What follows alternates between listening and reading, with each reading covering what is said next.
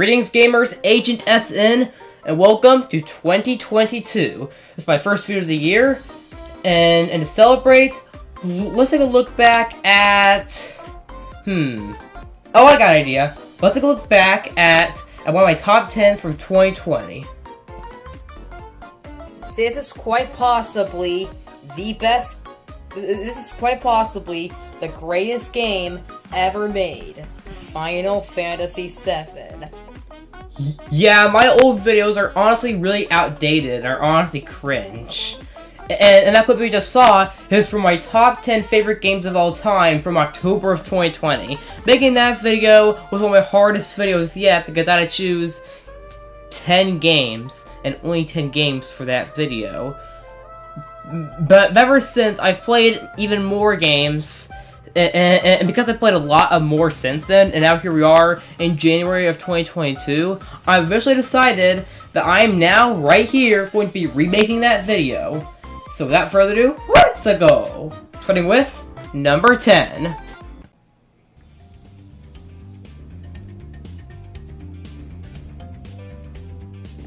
Ah yes. Starting off with the list, we have the Spyro Reignited Trilogy.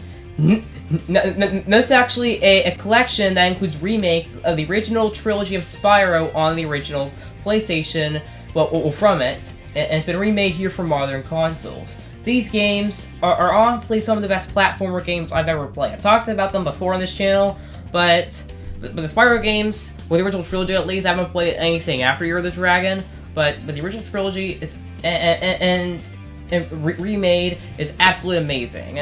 The environments are really, really cool, and the level design is just perfect for a game about a purple dragon. And Spyro's movesets are honestly really, really cool, honestly. And these games are jam-packed with collectibles, but in a very good way. You're going to be spending a lot of time collecting a bunch of items and maybe even backtracking, but some great gameplay and some very good characters, and with many nice things to collect, you're in for a treat with this game, and definitely pick it up if it looks like something that you'd be into. So yeah. And these games are filled with some very good levels, so let's get into number 9. Ah yes, next up we have Shovel Knight. Shovel Knight is by far one of my favorite platformers ever. This game, and this game is also my favorite indie game. The game uses an 8-bit art style, and it's heavily inspired by a lot of classic 8-bit platforming games on the NES, and it's very reminiscent of them. But everything about this game is just absolutely amazing. The soundtrack is absolutely a banger. And honestly one of my favorite video game soundtracks ever. And the level design in this, man, it's just absolutely mind-blowing to see. The fact that this game is made to this day, and it looks like a game on the NES, is absolutely cool, and all of Shovel Knight's abilities is really, really cool in the levels. There's just so much variety and charm to them. And this game is so much fun to play too. And this game even has this game even has side campaigns where you play as other characters in the game, like Spectre Knight, Plague Knight, and King Knight. There's even the Shovel Knight Showdown mode. So yeah. And this game is very hard, but it's very fun, and everything in it is just absolutely amazing. This game is just absolutely mind-blowing, and it's definitely a must-play if you're into classic themed platformers. So yeah, now let's move on to number 7.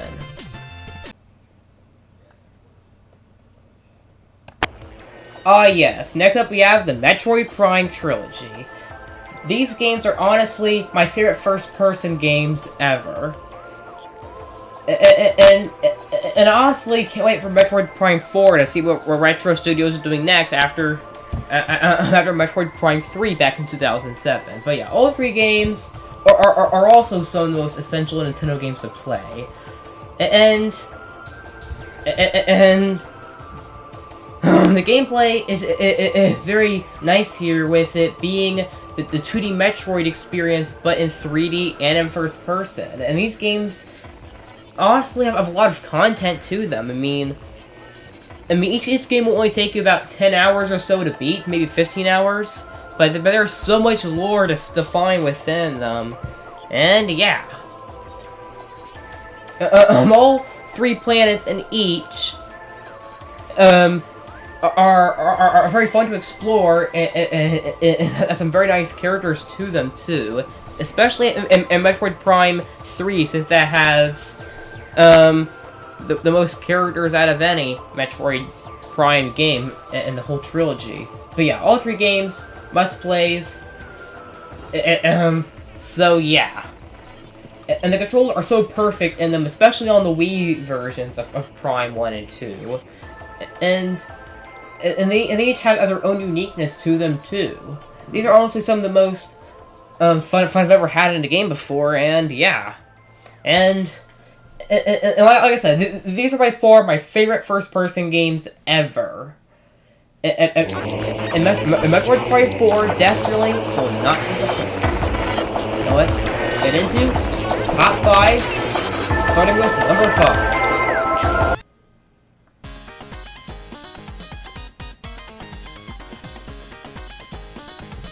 Ah yes, the moment you've been waiting for, Gamer27.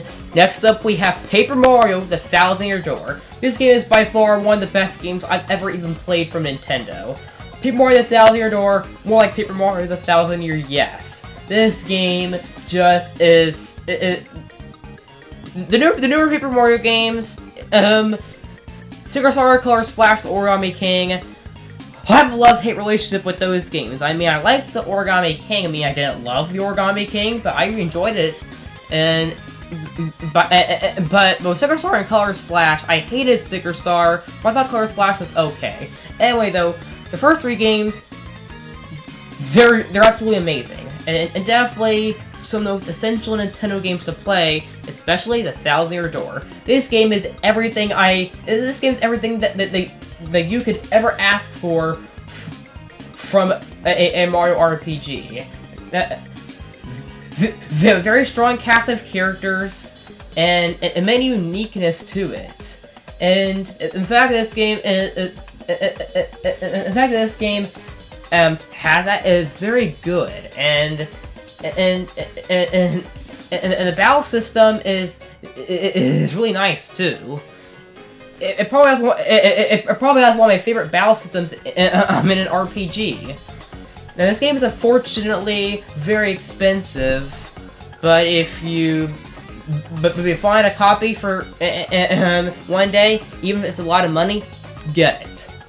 This game just has so much to it, and all 8 partners have so much personality to them, which is very nice, and the other characters do too. They wrote forth a very interesting world in this game, and some of those interesting lore I've ever even seen in a Mario game. In fact, I think this game has some of my favorite lore in one. So yeah, this game must play if you own a GameCube, but haven't played this game, do so. Masterpiece, you will not regret it. Now let's get into number 6. Alright, so from 3 Nintendo franchises, here we got a 4th on this list. Here we got The Legend of Zelda: Breath of the Wild. Now this is a game that needs no introduction on this channel. I've talked about it so many times, but Breath of the Wild, I mean, it's innovative. It takes everything that made the other Zelda games good and brings it into a new gameplay style. The open world is so vast and filled with so much stuff to do. And this game could possibly even take you about 100 hours to finish if you do a bunch of stuff, including the DLC. So yeah, these games, well, or I guess this game has so much to do, but also has a lot in it as well. And it has a very good story that will keep you invested too. So yeah. and this game is set in a more futuristic part of the Zelda timeline, where Link has been asleep for an entire century and Calamity Ganon has ruined everything. But the big wild has so much to do with it, and yeah, these games are just full of content, but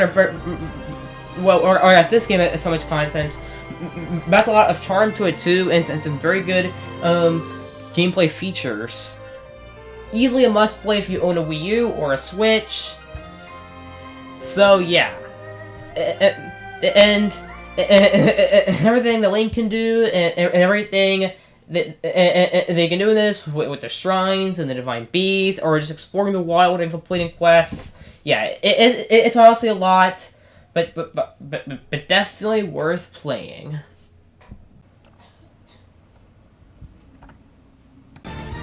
Alright, next up we got Xenoblade Chronicles. Easily one of the most must-play RPGs ever. Now, you've probably heard praise about this before, but Xenoblade Chronicles, man, what a game.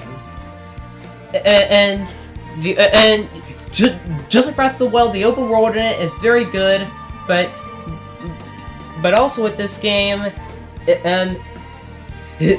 has such a good cast of characters and a wonderful story that also has a lot of depth and backstory to it. And the Monado is honestly one of my favorite weapons in gaming, and it's really cool to see a big plot focusing on it and stuff.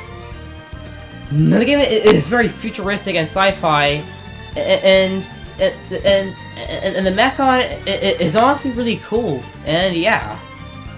And by honest, the mechanics, the game focuses on a war between them, and it adds so much to the story too.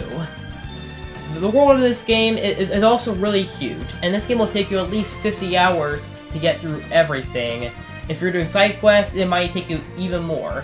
Now in the Definitive Edition, once you beat the game, there's also you can also play the epilogue, which is future connected, and that game is set a year later after this one, and it focuses on focuses on what happens to Shulk and Melia after the game is finished. But yeah, all the characters are just very good, and have so much depth and charm to them, basically. And the attacks and battle system is honestly probably one of my favorite battle systems in RPG too. And yeah, and all the attacks are very good. All the fights you can fight are too. Well, the enemies you can, is what I meant to say. But yeah, this game is jam-packed with content, but has so much to it too. With a long story that's so much to it. So yeah, now let's get into number 3.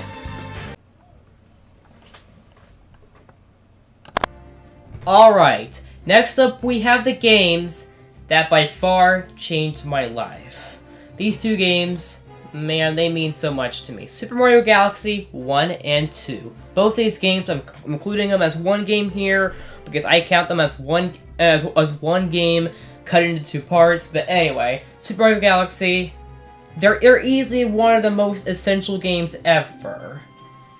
If you have a Wii, do not skip either of these games, because they are just by far such a magical spirit. They're such a magical experience, easily. And the fact that they focus on anti-gravity mechanics is absolutely insane, but adds so much to this game. And the music, man. The music is honestly my favorite soundtrack in a game. And many say the music in the game is by far the best part, and I wouldn't say it's the best part, but I would say it's one of the best parts here. And its gameplay is so much to keep you invested with its anti-gravity mechanics and its new power-ups and features. Both these games have so much to it, especially in Galaxy 2 when they added Yoshi. So yeah. And the bosses are really, really nice. And Rosalina has a lot of backstory to her too, which is really cool. And these games are honestly these games are honestly some of those innovative games from Nintendo, easily. And yeah, these games are just... These games, they blow my mind more than almost any game in existence.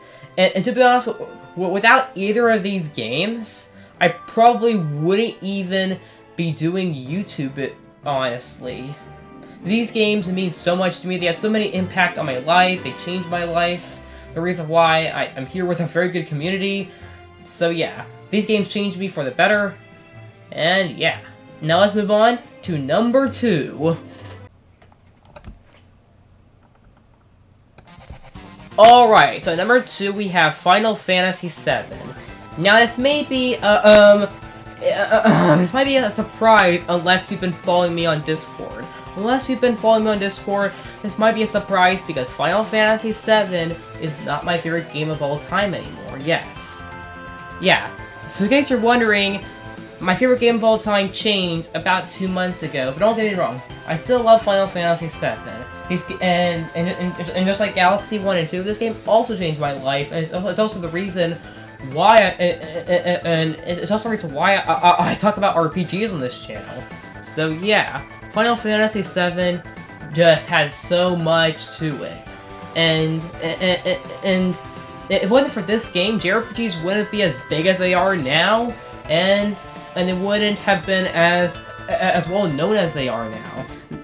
These games not only this game not only revolutionized RPGs, but it also has so much innovation too, and it has so much with it, and each character has so much good backstory. And Cloud Cloud's one of my favorite characters. Well, actually, he is my favorite character in gaming. And Sephiroth is my favorite villain in gaming, easily. This game's not only iconic, but it's just masterfully built, too. With this wonderful cast of characters and world. And everything in it is just so good. And yeah. And Final Fantasy VII Remake is good also, but I prefer the original Final Fantasy VII. But yeah. If you want to know what my favorite game of all time now is, let's take a look at that. Now.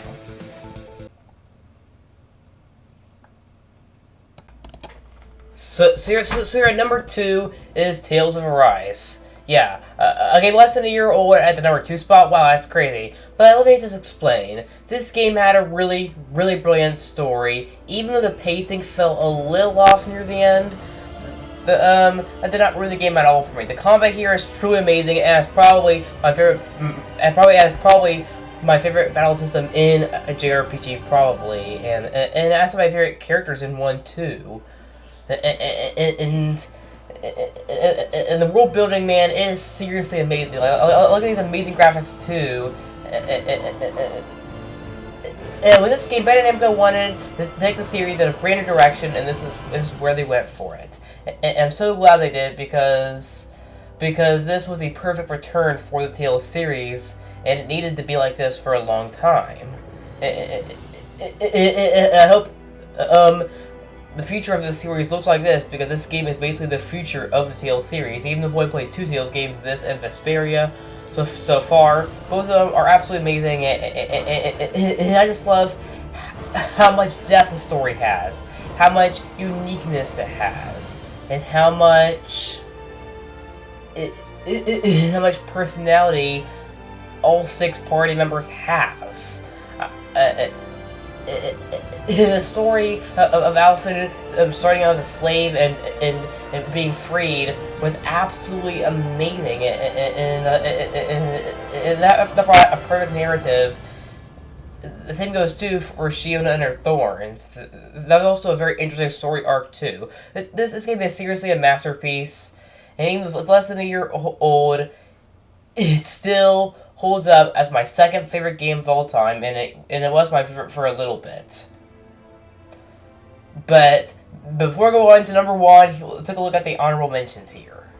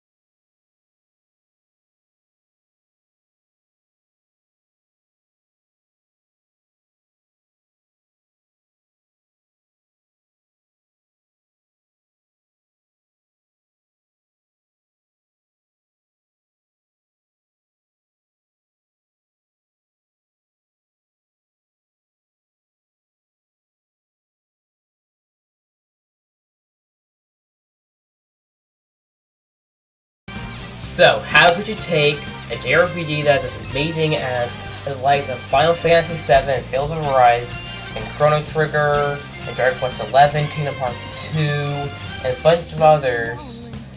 How could you top all of those? Well, that's where Persona 5 Royal comes in. This game truly blew me away already. And immediately when I first played it, just a few months ago. This game by far is one of the longest games ever, but for great reasons. I mean, this is probably the best 100 hours I spent in my life, and I even did the third semester that Royal added from the original Persona 5. But it's seriously, remember how I praised Tales of Arise's story and character depth? Well, this game takes that on another freaking level. And what I like is that each eighth or so of the game basically it basically divides it up between characters basically with each eighth of the game. And a story arc there is just really great. Now, while there are some characters that could have been shown a little more, that could have been shown a little more after the story arc, like Haru. As Haru is barely in, is barely in the game. Well, besides you using her in your party and in her confidant, story-wise, she's barely in the game after Kumura's Palace. But that's beside the point. Anyway, though, this game is seriously a masterpiece, and it's everything I ever wanted from not just like a JRPG, from a gaming experience in general. And this game also made me appreciate my school life more too, and made me connect to it a lot. And I just love it. It's well-written story of Joker and the Phantom and his Phantom Thieves. It's such a memorable experience I will always remember until the day I die. That's it for this video. See you guys next time. Agent S out.